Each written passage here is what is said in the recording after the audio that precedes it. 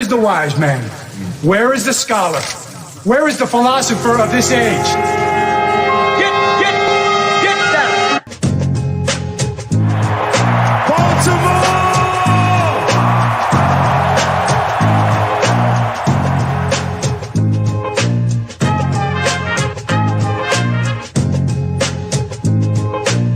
What are they getting? Everything out of me. They gonna get a Super Bowl out of me. Believe that. Believe that.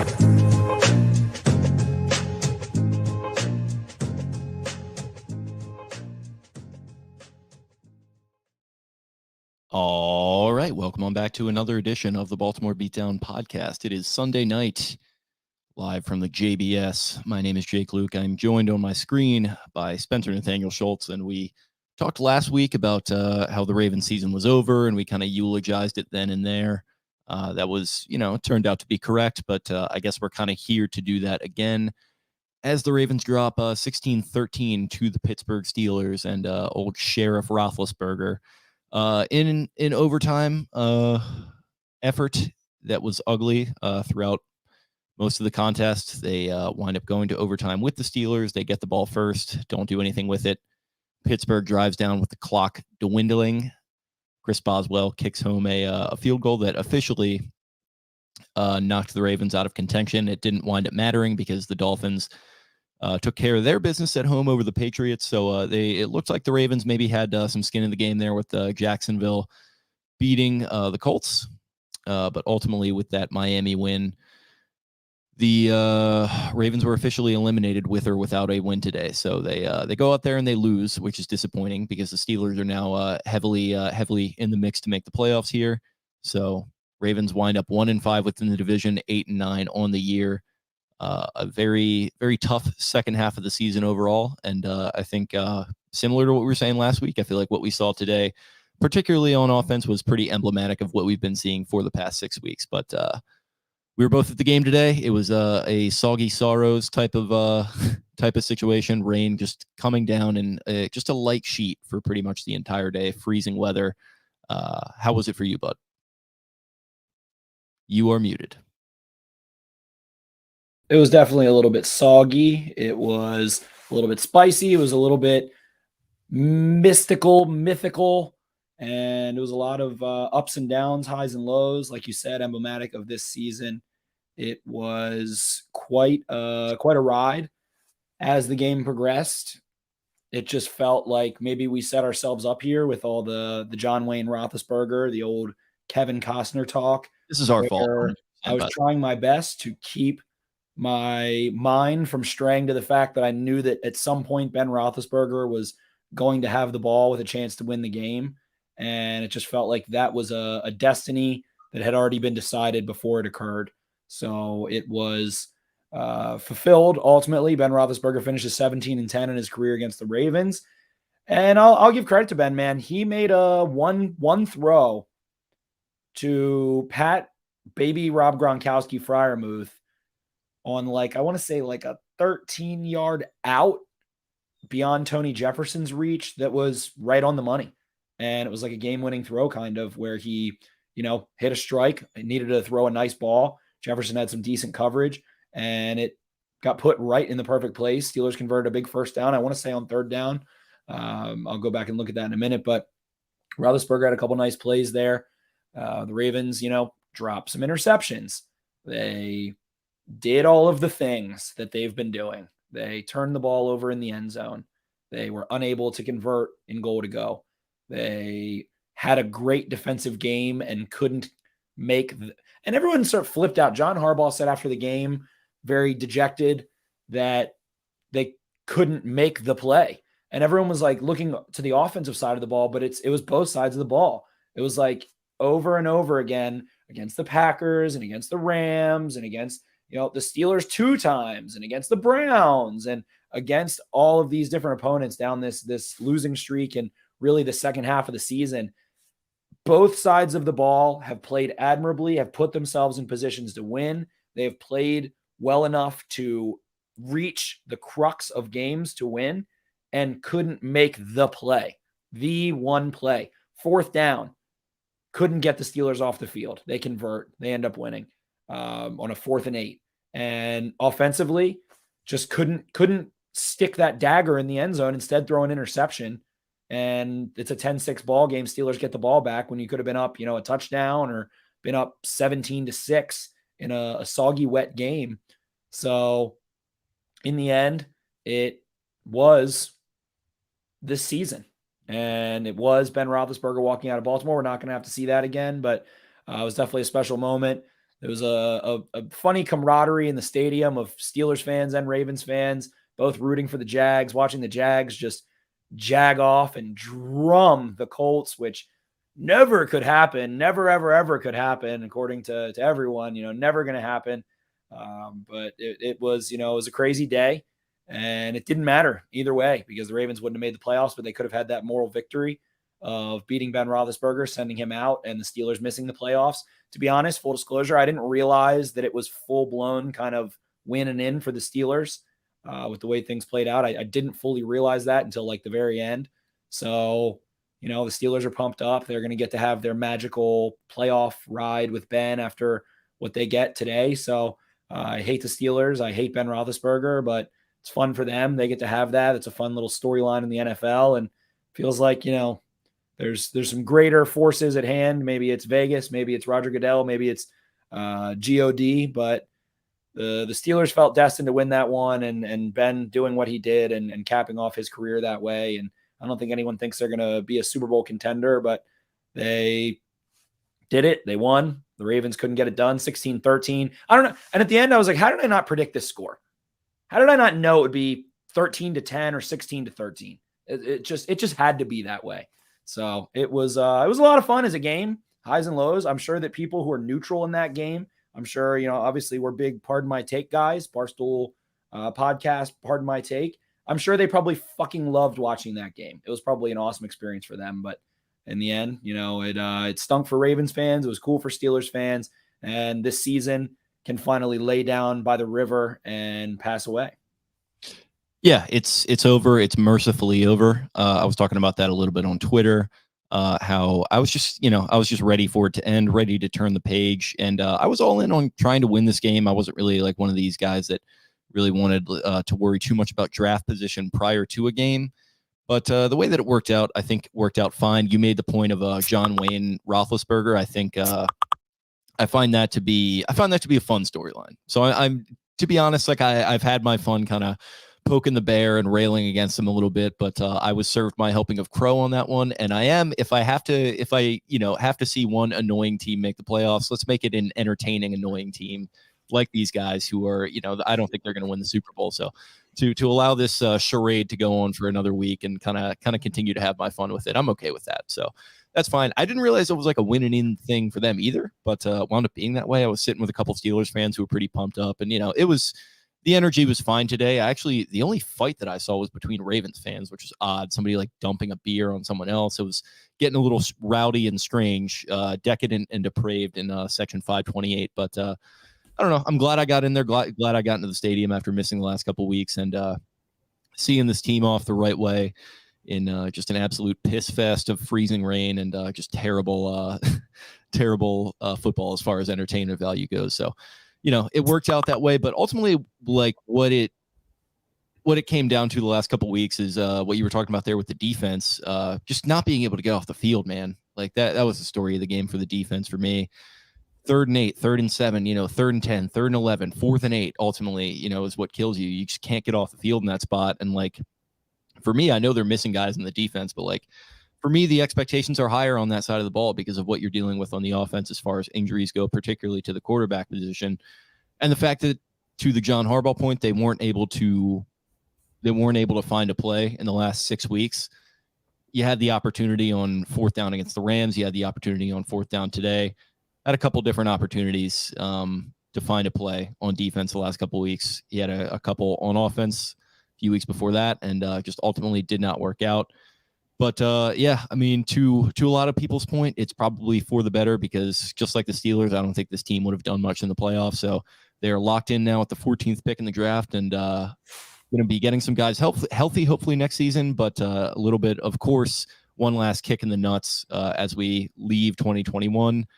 Tyus Bowser tearing his Achilles in today's game. You have to think that's going to factor into his 2022 season, which really fucking sucks because he was like it factors into the rest of his career. Yeah, it definitely 100%. And like that really sucks because he broke out in a way that they needed big time the last couple of years. And to be on that affordable contract that he signed this past year and to play as well as he did, what a revelation he was. So I hope that ultimately things work out okay for him. I'm confident that they will, but they got to find a way to handle it correctly because I don't think they handled some of these injury situations correctly even this year. Not even necessarily their fault in some cases, like the Stanley thing was just kind of a weird thing, but the Nick Boyle situation was a little weird. Let's make sure he's fully healthy and ready to go before they put him back onto a football field in any capacity, in my opinion. It's just another, situation, whatever. It's I don't know. I don't know what to say about all these injuries. Sure, you want guys to wait until they're healthy, and the thing is guys probably think that they're healthy enough at a certain point. And it's like, it's kind of like there's a degree of it to which it's a veterinarian. It's like if the dog's not whining, how do you know it's in pain? It just is a little difficult to measure in some ways. So it's just ultimately insane that had to happen. Of course, Ben Roethlisberger walked out and gave him like a tap on the helmet. The Ravens made a great move, in my opinion, to sign Bowser for an extremely Raven-friendly contract. I was shocked that that's all that he signed for. Had a great year, versatile player, a player who can do it all in your defense, smart, doesn't come off the field a ton, able to make plays in every aspect of being a defensive football player. And we've watched his pass rush grow. We've watched his situational awareness grow. We've watched him become more of a leader, be put up to the podium more often and things of that nature. So now I'm, begging Justin Houston to come back for sure. It makes drafting another edge defender probably a little bit more enticing considering that. And Achilles is extremely difficult to come back from. Guys do it, but it wasn't too long ago that guys weren't able to do it. They are going to miss him, frankly, and they missed a lot of guys this year. I just, I'm excited. I'm excited for the season to end in the sense of it's just, it's the day of reckoning. It's the day of takes. Fire this guy. Why did they do this? Why did they do that? It's the day of hindsight, the day of second guessing, the day of all of these things. They lost 6 straight. They're one of 3 teams to lose 6 straight, but making the playoffs would have been cool. And I think a lot of Ravens fans wanted to say, yeah, we made the playoffs despite. We did this with our backup guys. But guess fucking what? They had backups and they couldn't win. And they played a rough schedule in the back half. I mean, they haven't played a team with a losing record in, I guess, the Browns, who narrowly had a losing record. Yeah, Browns were 8 wins. So they would be, and I mean, let's call that what it is. That's a divisional opponent that basically, the Ravens were at the forefront of the division's mind. They've gone to the playoffs 3 straight years. The Steelers kind of reeled off 11 straight last year, weirdly, which is like the opposite coin of what the Ravens have had go on this year. Everything went their way for those first 11 games. And then the Steelers basically lost out the same way the Ravens did last year. So, the Ravens finished 1-5, swept by 2 divisional opponents. One of those was featuring Josh Johnson at starting quarterback and some COVID situations and things like that. So I think everybody's sick and tired of hearing about injuries, and it's like they can't take it anymore. So you want to start blaming who are we going to blame now? They're injured, but why aren't they winning? It's like, the New York Giants are also injured and aren't even close to winning football games. So no one takes solace in that. There's no moral victories, horseshoes and hand grenades, this, that, and the other. But it's like people are having these expectations. The Ravens were the 1 seed. The Ravens beat the Chiefs. The Ravens were doing things. But there's questions in here right now. This offense needs to put up points on the board sooner in the game. We don't have a good secondary, so why can't the offense put points on the board? Probably because they don't have Lamar Jackson.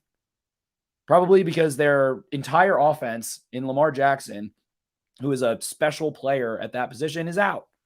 And they've struggled. I mean, they put up points early against the Packers. They scored against the Packers. They couldn't stop the Packers. And it's just these 4th downs, 2-point conversions. That it's not even just that the Ravens haven't been able to find the play. Nobody drops the ball. The other team never drops the ball, slips, falls, fucks up, throws a pick. They never make a mistake. It has been like the craziest stretch of inability to get even lucky once. There's so much luck involved in every single sport, and they just haven't even been able to have the coin fall the right way, even though they did get Ben Roethlisberger. There was a brief fleeting thought of mine that Roethlisberger was going to call heads instead of tails, which never fails. And that's how his career ended. And that would have been incredible for me, but it wasn't that way. So, I mean, they need to score points sooner. Yeah, they need to score 30 points. They need to score 50 points. They need to get stops. It's just difficult. And as soon as I realized, I was checking Twitter periodically throughout the game, and I realized, I think Ryan Mink tweeted and said, okay, Chris Westry's down. Now they have 2 remaining cornerbacks, and Brandon Stevens is going to go play corner. I was like, okay, the Steelers are probably going to go in trips or in bunches and force switches and force the defense to have to communicate and leverage things properly, which they didn't really do until 4th and 8. And then they do exactly that, bunch it up. Exactly. So they do it on 4th and 8 and bunch up. And the DBs, I think it was maybe Seymour and Stone, I want to say, were communicating violently pre-snap. Something was wrong. Guess what? Free release, runs an in route. Nobody's covering him. First down, season over. So it's just like, oh, well, we need to score more points. Our secondary sucks. Well, their offense sucks too. They're bad. This is a bad team today. This was a bad team that wouldn't win many football games in the NFL over the course of a full season. So again, it's just wanting something magical to happen and then getting angry when the exceptional, when the rare doesn't happen is ultimately futile. And nobody wants to hear it. Everybody wants to blame someone. They didn't prepare for Ronnie Stanley's injury well enough. Well, they also didn't prepare for the fact mentally that Orlando Brown was also going to decide, I don't want to play right tackle anymore, when he could have ended up playing left tackle his entire year in hindsight. And it was like, okay, so they were supposed to have a contingency plan for Ronnie Stanley and Orlando Brown at the same time. And even if they didn't have that and just had like Marlon Humphrey or Marcus Peters or like, maybe even a running back, maybe even Gus Edwards or J.K. Dobbins healthy throughout this season, maybe even Nick Boyle freaking healthy throughout this season, they're able to win another couple games. But I think it's a good thing. I think this season in the end is going to make the Ravens take themselves more seriously and have a little bit of a chip on their shoulder, understand that if they don't have a successful season next year, that major changes are going to need to go underway. I don't think it's likely that both of the coordinators are back, whether it's for, Wink getting offered a high profile head coaching job or college job or something of the sort, or, they want to move on from Greg Roman. There will be some change to some degree. They lost a ton of assistant coaches last year, Matt Weiss, McDonald, all these guys that are bringing a bunch of new faces. I anticipate they're probably going to have to bring in some more. So it's going to make them take themselves seriously. They're going to have that chip. Everybody's, counting Lamar out again, counting everybody out again. Harbaugh stinks. He goes from being coach of the year. How are they the 1 seed? Oh my God, this team to fire him. It's exhausting, but it's exhausted. So all of that's over now. Everybody will scream and cry for another couple days. And then the offseason will gently blanket over top of us and we can move on. Yeah, they're like, human nature is to like try and make sense of everything, and like some things you just can't make sense of. And like after the Bowser like injury today, I was just like, I can't even make sense of this shit. Like this is like too crazy for me to even wrap my mind around. And like you look at the guys that they lost, right down to the fact that Peters and Edwards go down literally within a play of each other on the practice field before the season starts. Like I can't make sense of that. Like J.K. Dobbins going down in a preseason game, like that fucking sucks. Ronnie Stanley not being able to come back when he was expected to. I can't make sense of that. Like Nick Boyle situation, I don't know what's going on there. And like, so, it sucks, especially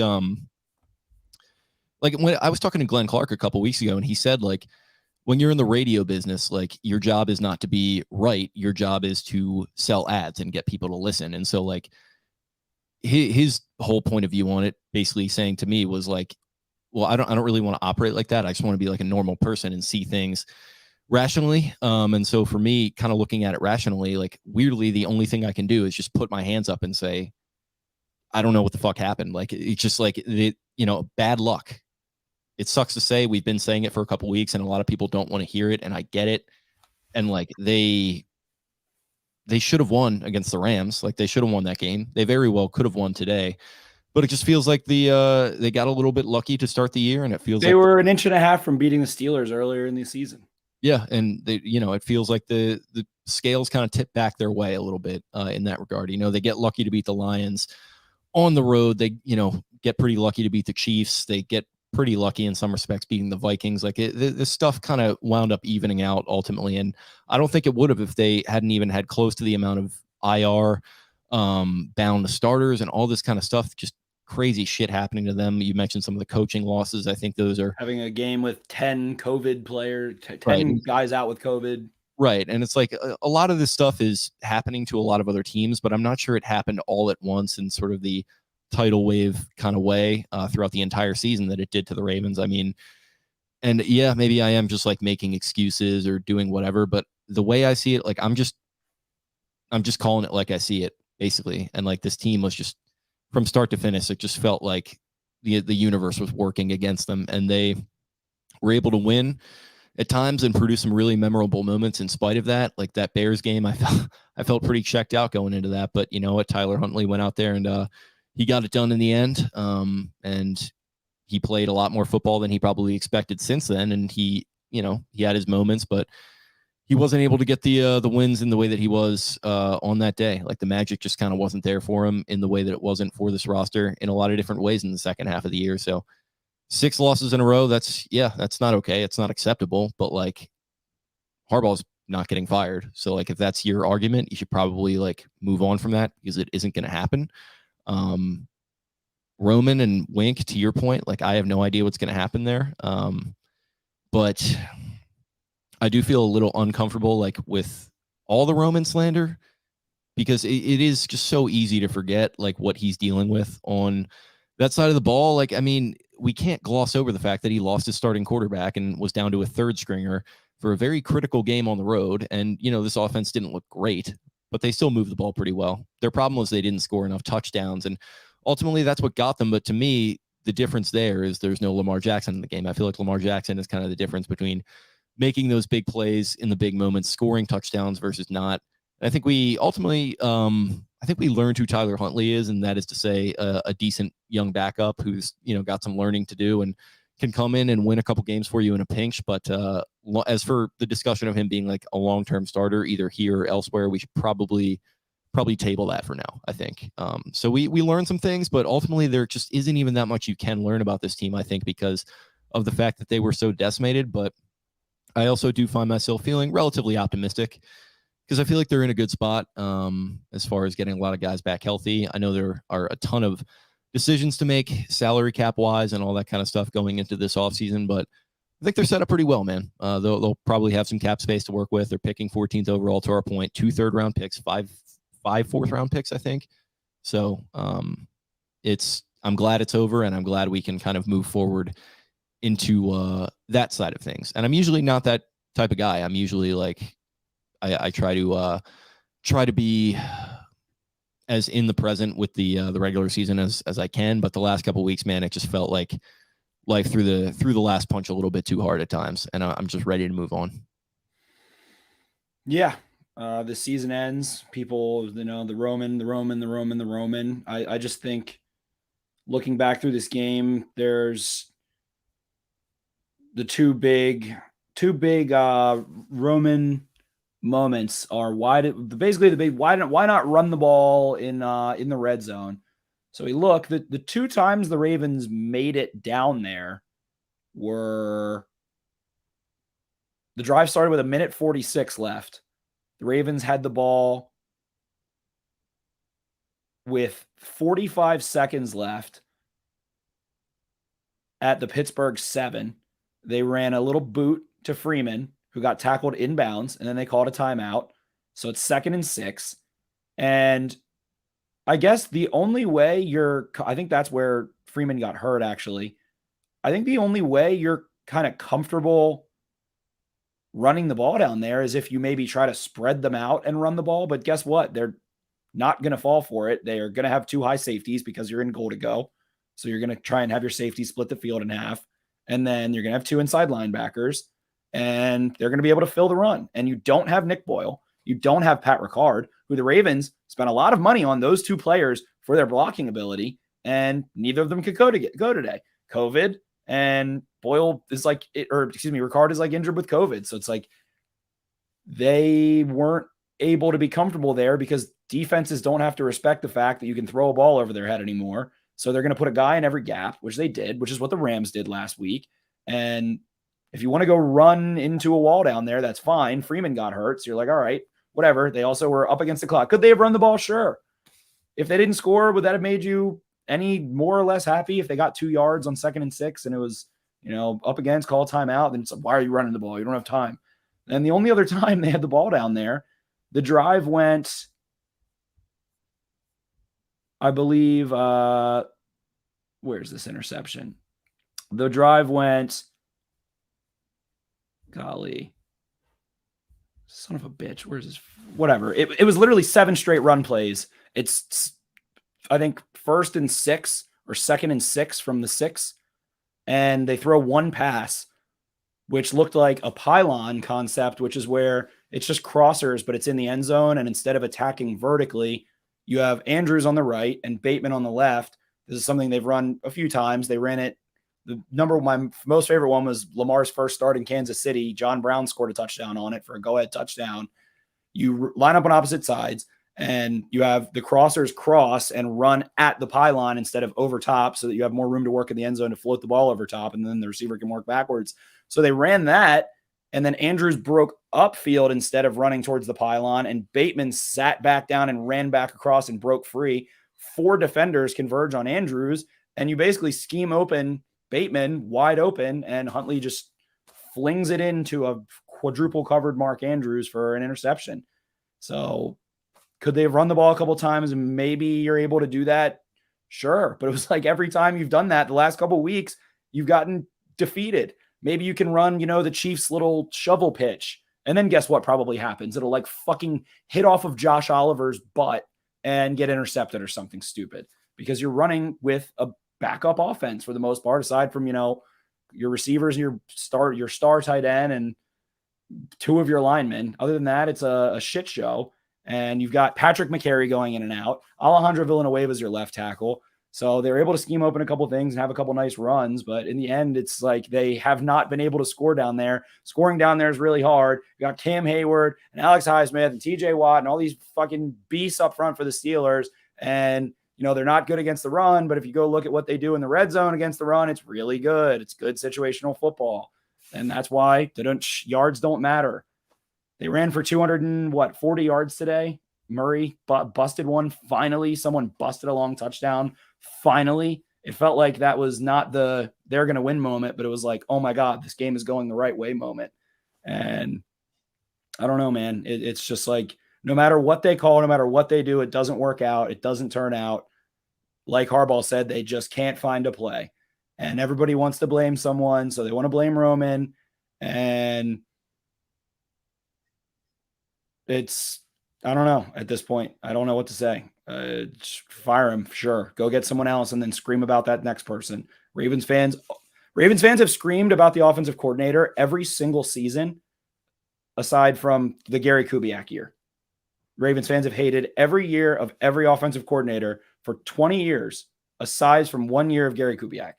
And people are saying, oh, just like in San Francisco, it regressed. It's been there 3 years. All right. Well, they were in a good place when they had their starting quarterback, their star quarterback. They were putting up, 27, 28 points a game. They were the 1 seed in the AFC at one point.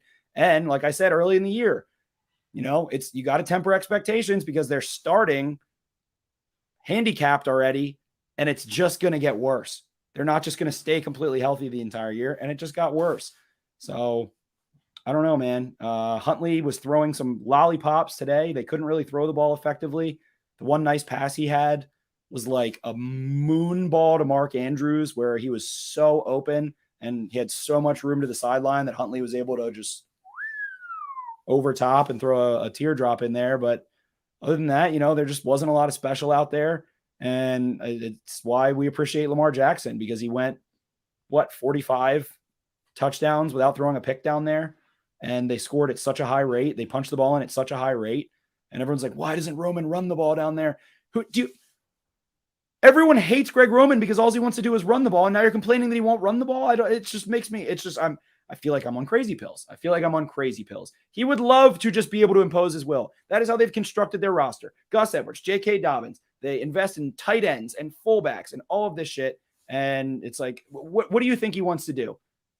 He didn't have faith they were going to be able to score a touchdown. And maybe Tyler Huntley can throw it to a wide open Rashad Bateman on the fucking concept that you work out, where it's basically, if they go with Andrews, don't throw it to Andrews. If they go with Bateman, don't throw it to Bateman. So it didn't happen. Tyler Huntley is not good. He's fine. Ben Albright is saying teams are going to sniff around for him. Go put him in another system and watch what probably happens. He's been able to watch Lamar do it. He's fast, kind of like Lamar, and can, run around, make plays with his legs, but he's just not making special plays or throws. So he had one good game against a Packers defense that had as much injury trouble as the Ravens did. And I don't know, it's just expectations versus reality. And the defense can't make one stop when they need to. The offense can't score the one fucking touchdown or 2-point conversion that they need. And it's what happened this year. So whatever, fire him, bring on someone else. But if you want to talk, if that's been your thing and you've been screaming it for 6 months, you've been heard. I promise. Everyone knows that Ravens fans want Greg Roman fired. You've been heard loud and clear. And if it's going to work, then there you go. But just, if you want to talk about it, like, why? What is your ultimate point? The play calling is bad. A 7-year-old could say that. Can we have a little more nuance to the discussion? That's all I ask. Yeah, I just don't understand. Like, what I don't get is like thinking that you like could ever know how it could get better from here. And like, I'm not saying that like you shouldn't aspire to be better, but like a lot of these people making criticism, like, guys, like, all due respect, and I don't watch a ton of film either. I know you're not watching film, and you kind of probably don't know what you're talking about in that case. So like, it's one thing to like go on Twitter and like make your jokes or whatever, but people that are like getting really like serious about it and like getting personal towards Greg Roman weirdly in some spots, I don't know. I just find the whole thing kind of ugly and weird, and just like he's this like totem of misfortune for Ravens fans, going all the way back to the beginning of 2020 when they were struggling at times with their passing game, to the point now where people are bringing up, the end of Super Bowl 47, that sequence, he fucked that up. It's like, okay, guys, well, if you're going to reference that, why are we not allowed to reference 2019 as a high water mark? 2020, they ran for 270 yards a game last year down the stretch to make the postseason. Josh 360-47. They had 2 timeouts. They should have ran at least once. That's why it's frustrating. Again, do you think Greg Roman doesn't want to run the ball? He wants to run the ball. He doesn't think it's going to work. Why? Go back and look at the last 25 goal-to-go carries that they've had that are from like outside the 1. They're struggling down there. They don't have big behemoth offensive linemen. They don't have Boyle. They don't have Ricard. They are struggling down there because teams don't have to respect the pass at all. They can just gap up every single gap. D, C, B, A on both sides of the ball, and the safeties are going to be in too high, and they're going to flow down to the perimeter. And he should. And if he it's just crazy. Do you think he doesn't want to? Do you think that anyone knows better than him if he can run the ball or not? He's one of the best fucking run game coordinators, one of the best run minds in the world, in the history of the world. He's one of the best. One of the best in the world. If you want to talk about his pass game, please go for it. He's not a very, he's at best a top maybe or a bottom like 10 to 12 pass game coordinator, so to speak, if you just take his pass game for all that it is. It's married to the run game very much so. They've done some nice things. He's got some option stuff, some RPO stuff. They've schemed some guys open. I thought that the pylon play was a nice little play down there to try and fake a tendency and then have Bateman break out of it. Ends up in an interception somehow. But I just don't know, man. Complaining about Roman's run game is like complaining about fucking Guy Fieri's cheeseburgers. Like, if you want to complain about Guy Fieri's escargot, then go for it. If you want to complain about his French cuisine, but it's like, that's what he does the best. I don't know what to tell you. I don't know what to tell you. Yeah, I'm just like, and to your point about the rant there, like I don't even know like what to say to validate it or invalidate it. I am just so ready for like the discussion to be over and like the excuse to be gone. Like get rid of him and bring somebody else in and let's see what happens because I'm tired of hearing about it. And like maybe that's Here, Thad Radcliffe. Sorry, buddy. Giro has to go. It's that simple. What the fuck does that mean? I feel like I'm watching the movie Don't Look Up. I feel like I'm watching Don't Look Up. It's just like a political party. Are you Roman or anti-Roman? I don't even want to be around anymore. It's not even like it's just crazy that you can think that is why they are like not accomplishing their goals this year. Like that is the issue with the Ravens in 2021 and 2022. This season was Greg Roman. That is what you think the issue was? it's that simple. It's that simple. He boils it down to a very simple and easy to understand fulcrum point for me. He has to go. It's that simple. And let's just move on. Okay. You need to calm down. Don't look up. It's a lie. They want you to look up. Don't look up. Wow. Sam Cook, no longer the NFL's most accurate passer. That was a tough scene. I don't know what they were doing there. Run a play. I mean, I don't know. Your offense out there. It would have been a fantastic idea if it worked. It was just one of those. It was like, all right. Tylan Wallace was able to lunge and grab that ball. It was just obscure. I don't know. It was a very rainy, cold day, and obviously throwing the ball was not fun. A lot of the game, I think that the Steelers kind of picked up a little bit as the Ravens' corners dwindled, and Ben dropped back 1,000 times as usual. And I don't know. It was just a weird. Definitely was a weird call. Yeah. I mean that. Yeah, it's tough. And like that, listen, that might be the last we see of Sam Cook. Maybe he'll retire. Who knows? I've been wondering about that for a while. I've been wondering for a while if he's going to go. This team has, again, Greg Roman hater. This team has a peak. What does that even mean? Has fucking peak. Stop trying to save Greg. Has fucking peak. What do you think that Tyler Huntley and Eric Tomlinson are going to go lead you to the promised land in the playoffs? They've peaked. What They did peak. They peaked at being very bad in the second half with no players. I just don't understand what you're not getting about this argument that he's making. Don't look up. Don't look up. Fire Roman. Fine. Yes. As I've said on this podcast, NFL coordinators usually don't stick around longer than 3 years. I would guess that the average lifespan is about 2.2 years, if I had to guess. So Marcus Wilson sums up the Steelers very well here. It's frustrating watching the middling Steelers fail upwards. They are like the kid who makes a mistake at every turn and ends up with like a great job and a hot wife and a freaking kid. His kids are both like Rhodes Scholars. And it's like, how the fuck did Gary get here? What has Gary been doing to get here? What does Gary do to deserve that? Maybe Gary was taking care of some shit behind the scenes that we're not privy to. Don't judge people. Exactly. But Ravens end up with a 14th pick. It's a good place to be.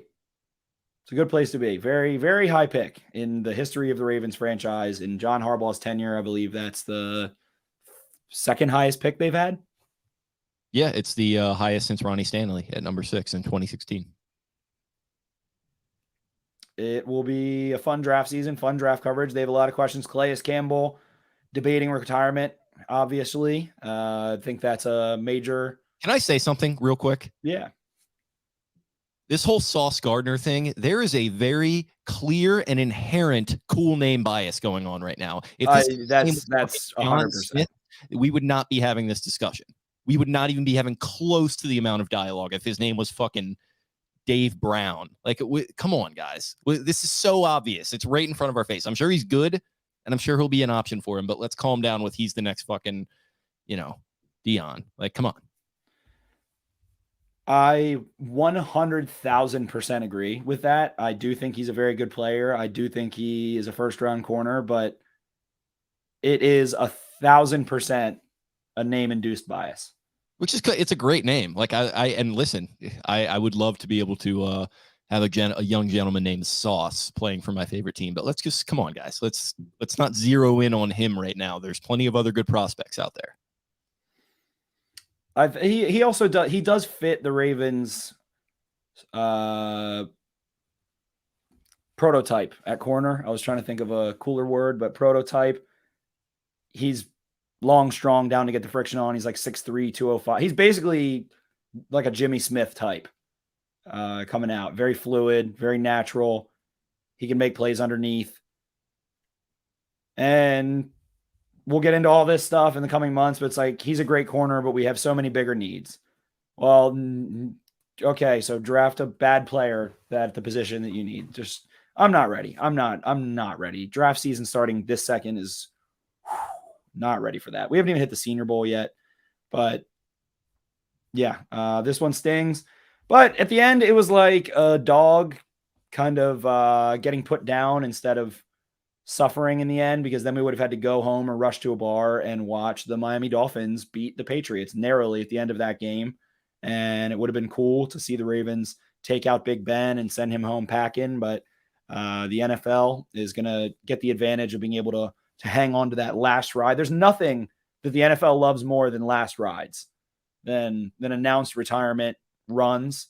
There's nothing that the NFL loves more than that. So that's going to be a fun one for the NFL to make all sorts of commercials. I'm sure NFL Live and NFL Countdown and NFL freaking whatever 7,000 shows they have are going to have a great time talking about that and hyping that up and whatever. And Ben made a couple nice throws today. I think he had a little bit bigger balls than he's played with, even as recently as last week. So I made that really nice throw to Freiermuth. He snuck another ball in. I want to say to Deontay Johnson downfield, 17-yard throw over the middle of the field. So Ben had a little bit of pep in his step. I asked for it and I got it. Yeah, I mean, you certainly did, and I think he did play pretty well today. I got to give him his flowers. I've been having a lot of fun at his expense here the last couple of weeks, and he went and stuffed it right in my face, which that was of course the only outcome that we were going to get.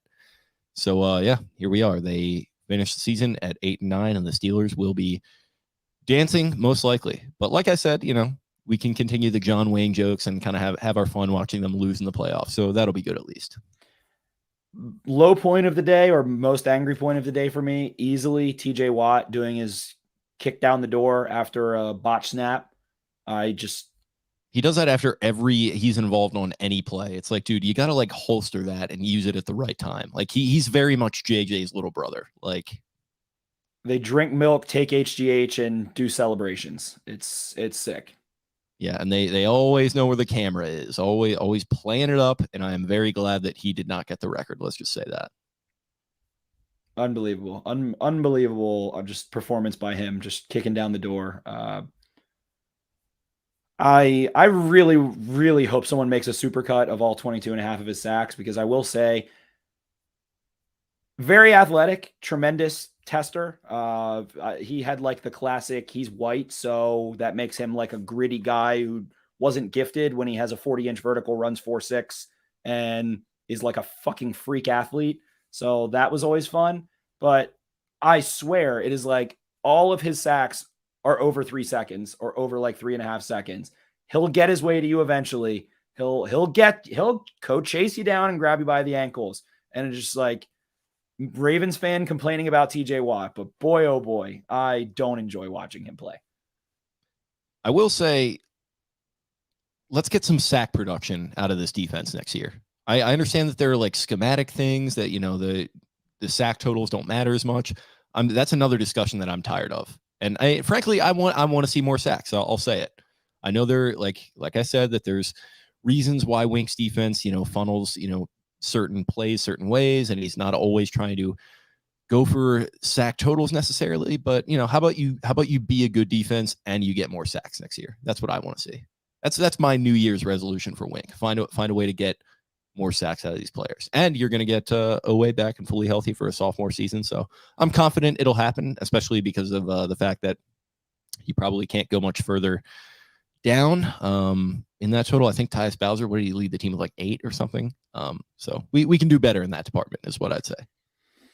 Sure. Finish better. You obviously want to see some interior guys get a little bit more proficient in the pass rushing department. I think a large part of that would be getting a nose tackle that can get penetration and ID the pass quickly, has a little bit more length. Brandon Williams has been a great player against the run for a long time, but boy, oh boy, is he an ineffective pass rusher. Did some nice things after he came back from his injury. Clearly he was playing hurt or injured at one point in this season, and kind of came back and stuck it to me and Vaz and many people. Had a really nice year.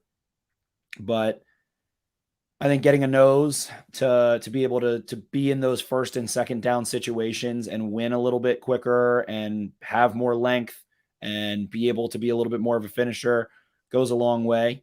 So it's going to be a fun draft season. Ridgeway out of Arkansas is a fun one.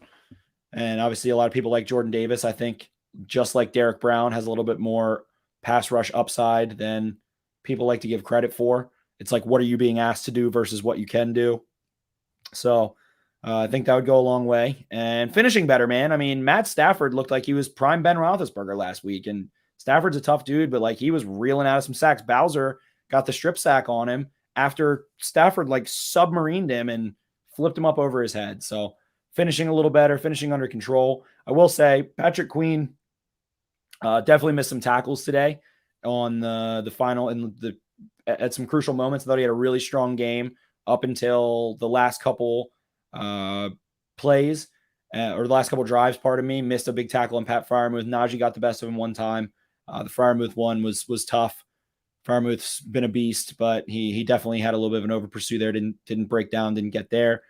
Chuck Clark, holy shit, had a great stick today on Deontay Johnson. They end up holding the Steelers to a field goal early in the game where Deontay Johnson won inside, and Chuck Clark made one of the most beautiful form tackles, hit Deontay Johnson right in his ribs, form tackle, and kicked him off the field for a little while. The Ravens end up getting a stop there. They did have a couple nice short yardage stuffs. So that was fun today. Among some other things, there were some positives. Latavius Murray, I mean, holy shit, man. He had the game of a lifetime today. Ran for, 150? And had that long touchdown consistently. The Ravens had 3 different players rattle off 20-plus yard runs.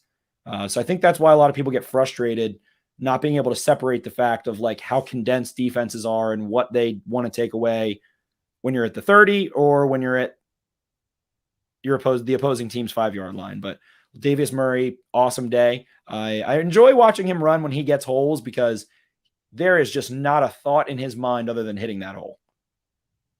Yeah, and take a couple of guys down in the process too. So yeah, he was fun to watch this year. I assume we've probably seen the last of him. We've probably seen the last of Freeman as well, I think. But yeah, those guys, I got to give them credit for stepping into a difficult situation and kind of making some hay at times. So shout out to them. Certainly. In the comments here, we need safeties that can also cover. Again, I think that's a little bit of a misdiagnosis. I think that Chuck and Deshaun Elliott and Brandon Stevens, I think those guys actually are really good in coverage, like playing man coverage or picking someone up in zone. They just aren't the ball hawking kind of always going to pick the ball off. They don't have Trayvon Diggs ball skills, but I think they're actually really solid as coverage safeties. People just want that, Ed Reed type, that Earl Thomas type, that freelance middle of the field prowler that can allow some things to happen, but it hasn't really been their MO and not one of the guys they have. So that's interesting. I mean, this safety room I think is really interesting going into the offseason. We've seen a lot of good things out of Brandon Stevens. I think that he's going to continue to grow. I think he's a super explosive athlete. I want to go back and rewatch. I didn't really get to see a replay of it looked like Christian Welch kind of tried to go for the ball a little bit, and then Brandon Stevens had to make a play around it or something. But you'd like for them to get those. The Steelers also had a couple missed touchdowns as well, or missed interceptions as well. But yeah, they've struggled to reel the ball in a little bit. But I don't know, man. Geno Stone had a really nice interception today. Chuck Clark had a couple last week. Clark had a chance for a diving one this year. But yeah, O-line, number one priority, build the wall, strength and vision. I think that's it, man. I really do. You want to retool that defensive line a little bit. You'll be returning a fair amount of defensive players. Obviously, have to do some adjusting there. I'm relatively confident in the Ravens' ability to go find veterans or go find some later defensive players that can be role players and things of that nature. The LJ Forts of the world and the Geno Stones of the world. But offensive line has to be first priority. Give Lamar Jackson that confidence up front. We'll see what happens with Ronnie Stanley. I think that a favorite of mine is in this process. Icky and Charles Cross, NC State and Mississippi State, left tackles, I think, are going to be favorites here. And I'd rather kind of have two good left tackles than have Ronnie Stanley go out and undercompensate there. But very confident that the Ravens are going to address the offensive line profusely. Looks like Zeitler will be back. Bozeman, from what I've heard, is very far off in negotiations. What I kind of heard is that his agent is kind of up into selling his guard versatility, and guards do get paid more, but I think that's going to change soon. I think that the center market is going to be shifting and people are going to start to appreciate centers. I think that playing center is a little harder than playing guard, to be honest. A little bit more to it, accounting for the snap and what you have to do.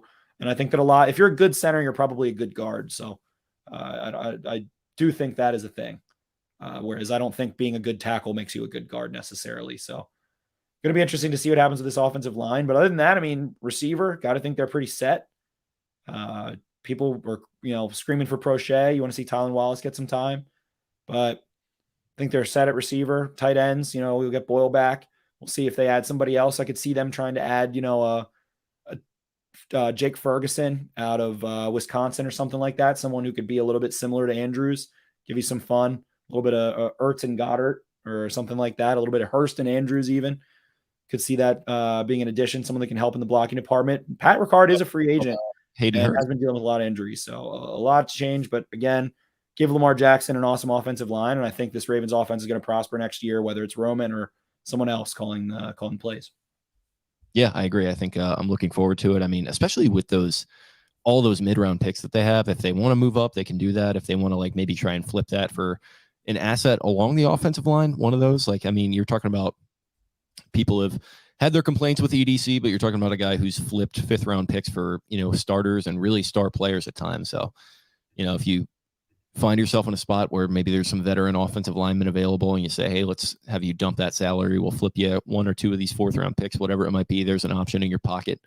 So yeah, I'm excited in that regard too. I kind of would like to see the space eating tight end too, as well. To your point there, I feel like the Josh Oliver experiment hasn't really worked out so far. So I don't know, man. Let's say Hayden Hurst becomes available and he doesn't mind coming back and playing that number 2 role. He might, but if he doesn't mind, then I would be really interested in that. So yeah, opportunities abound. I think as much as we've been down from watching this kind of clown show of an offense the last 6 weeks, I think this was not nearly a representation of what we're going to be seeing next year, just by default of getting guys healthy and also with all the opportunities that they have to go and acquire new players. So the Bozeman leaving, I don't think would even be the end of the world. He was a 6th round pick in 2018, and he developed into not into a different position, but he played a different position. Then he developed back into a center. They can find these guys. Don't get too cute, obviously, but be confident in your process, like I always say. Definitely. A couple weird things defensively. Last year, I think the Ravens lead the NFL in forced fumbles. And this year, they have as many forced fumbles as a team as Marlon Humphrey had alone. 8 forced fumbles. You mentioned the sacks a little bit. They've been good in pass rush win percentage. They finished around the middle of the pack in sacks. I think they'll end up with 36 on the season, 2 sacks today. At least 1 sack. I think 2 sacks today. So 36 puts them right around the middle of the pack. I think 18th, something around there. Interceptions, they finished the year with 10. So that's around 6th fewest in the NFL, I believe, depending the rest of the results.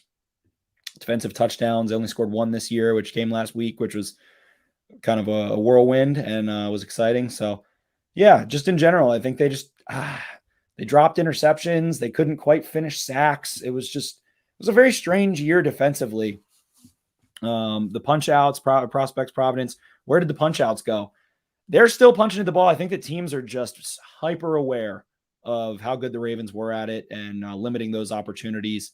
I think that there's a little bit of luck involved in that as well as there is in a lot of things. And the Ravens were able to hold some guys up, get some punches. I mean, there was a sequence against the Browns last year where they forced 3 fumbles in the first quarter, I think, and didn't recover any of them or something like that in that poop game. So it was a weird year defensively. A lot of dropped interceptions, and it's got to make a play there. Got to put two hands on the ball and reel it in. So I don't know if there's some sweeping thing to be said about it, but yeah, I think EDC gave us a little bit of insight.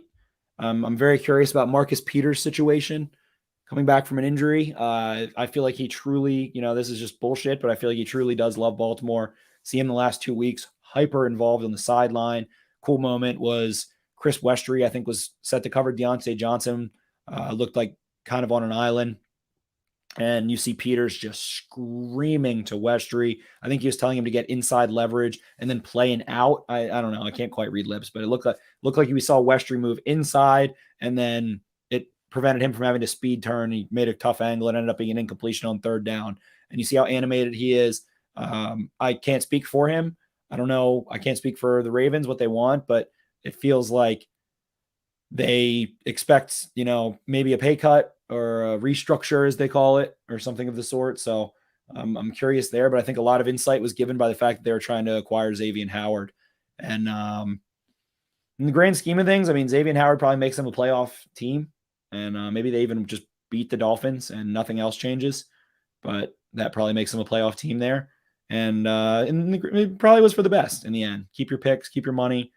Don't go acquire that player. You're not a Super Bowl team. Things played out too thin. COVID tossed some monkey wrenches in, but I'm curious. I think we see another corner brought in, a high caliber corner. I'm not sure if Peter stays or what happens with Anthony Averett. Kind of feel like Averett's probably gone. I feel like someone could see like the Eagles or someone paying him to come in and be a number 2 corner and play confidently. I thought he had a nice season, made himself a lot of money. But yeah, Jimmy Smith's last game in Baltimore. Most likely. He could always come back and play. He pretty much said he would never play for anyone else, which was cool. But at this point, I think it's time to set sail on the horizon with that one. McPhee as well. I would like to see Calais Campbell back, though, for sure. I think he's still a pretty dominant run defender and so damn good on executing stunts and stuff inside. And I think he had the most pressures by 15 of any player with 1 sack or less this year. So it's not quite getting lucky enough there. Yeah, I'm doing like a little preliminary work on like an article series for the offseason, and like if he wants to play, like look at like the deal that Chris Long got with the Eagles. I feel like he could very realistically make something like that happen, and they're around the same age, same draft class, I think. So that could be a good template to work from, and that could be something that could bring him back at I think money that he would be fine with, but would also not really be detrimental to the team at all. So maybe look to that as a little bit of a template to bring back Campbell, because I would love to have him back.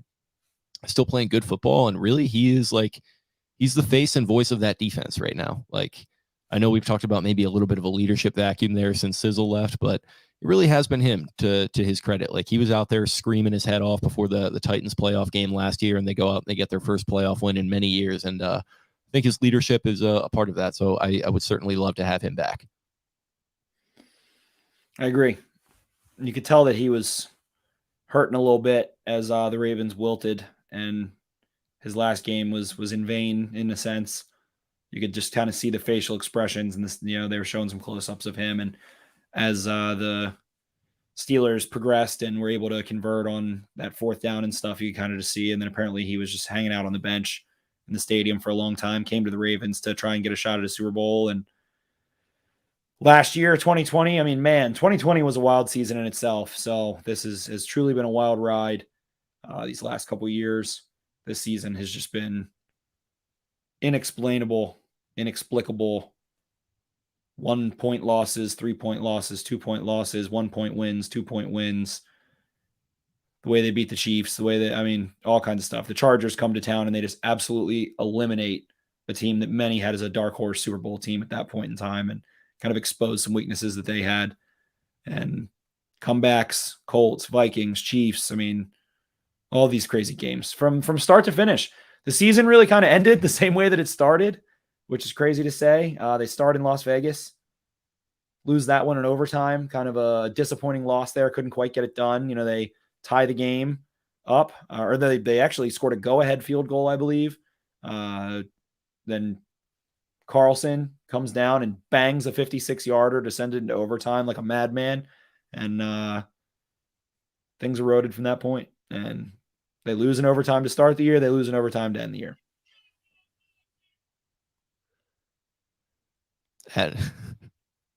At Marlon_Humphrey. I apparently hopped on the wrong plane heading to Indianapolis. I'm ready for 2023. It had. How is that possible? How is that possible? I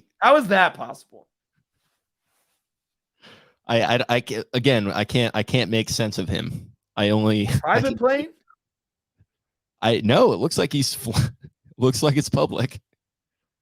Boarding pass? Boarding pass? Maybe he's joking. I don't know.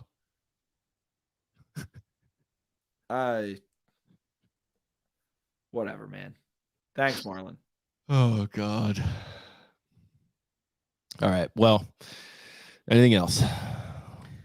I know a lot of people are very down right now, very down on John Harbaugh, down on all of these things, but I truly have a lot of faith that this is going to be an awesome team in 2021, 2022, or 2022, 2023 season, the 2022 season, whatever. Can we just eliminate like the hyphened part? This will be the 2022 season. That's what I'm going to go with. So I think they're going to be a very explosive offense. I have a lot of faith that they're going to address the offensive line.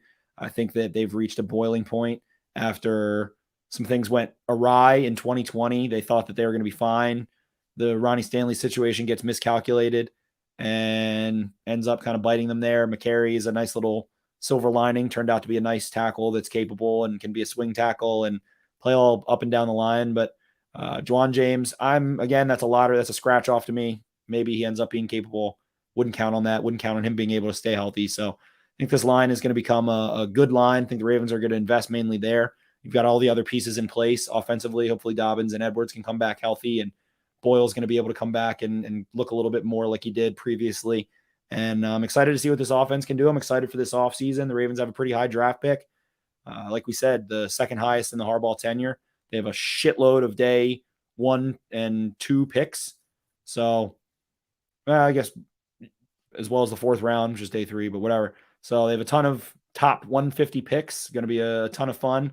We'll see what happens with cap space. Lamar's extension, something that could alleviate a lot of space. There's going to be a lot of news because it never stops. Since we've started this podcast, this is our 3rd full season doing this. We love you guys. We had a great time. I know this was a really tough season to watch, especially this last couple months here, but it's a good team, good city, good foundation. You got Lamar Jackson, you got John Harbaugh. You already had the football gods smite you with injuries, and I expect the Ravens to look into their whole training and technology and rehab process and all of those good things. But I think the Ravens are in a very good place, and this is going to be a nice way to reset, light some fire. They're going to play a loser's schedule at 8-9, which is crazy. They finished in last place. And they're definitely gonna go prepare for those Bengals because I think that's going to be the team to beat moving forward with Joe Burrow and Jamar Chase leading the charge there. They're only going to get better. That offensive line's only going to get better. And that's who they've got to beat. So I think we got some insight. Like I said, DBs coming in, offensive line fixed, and it's going to be a lot of fun. But till then, we'll be breaking it all down with you guys. We appreciate everyone who stayed with us for our 3rd year. Crazy to say that we've done this for 3 years now. Time has really flown by, and man, 3 years, a lot of ups, a lot of downs. And I still truly do feel a Ravens Super Bowl in the next couple of years here. So I don't think either of us were thinking it was going to happen last year or this year, but I think big things on the way, health, a major factor, schedule, a major factor, and getting that offensive line right. So I'm excited for things to come. Thank you to everyone who's hung in there with us, and we love you guys and are excited for what's to come next. Yeah, we do love you guys. Thank you for tuning in with us throughout these 3 years. If you've been here from the beginning, which I don't know how many of you there are, but if you have been, then thanks for soldiering on through maybe some of the early days where the production quality wasn't great, or something or the other might not have been up to snuff. I think we're certainly hopefully getting there in that category a little bit. I think we've rounded off into pretty good takesman, I might say myself. And it's all thanks to you guys and your support and sticking with us over this time, whether you're a new listener or old, like I said there.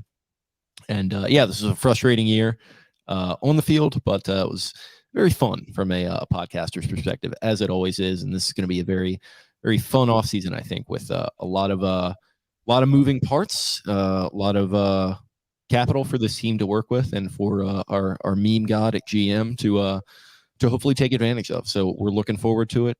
Thanks again, and should I get us out of here?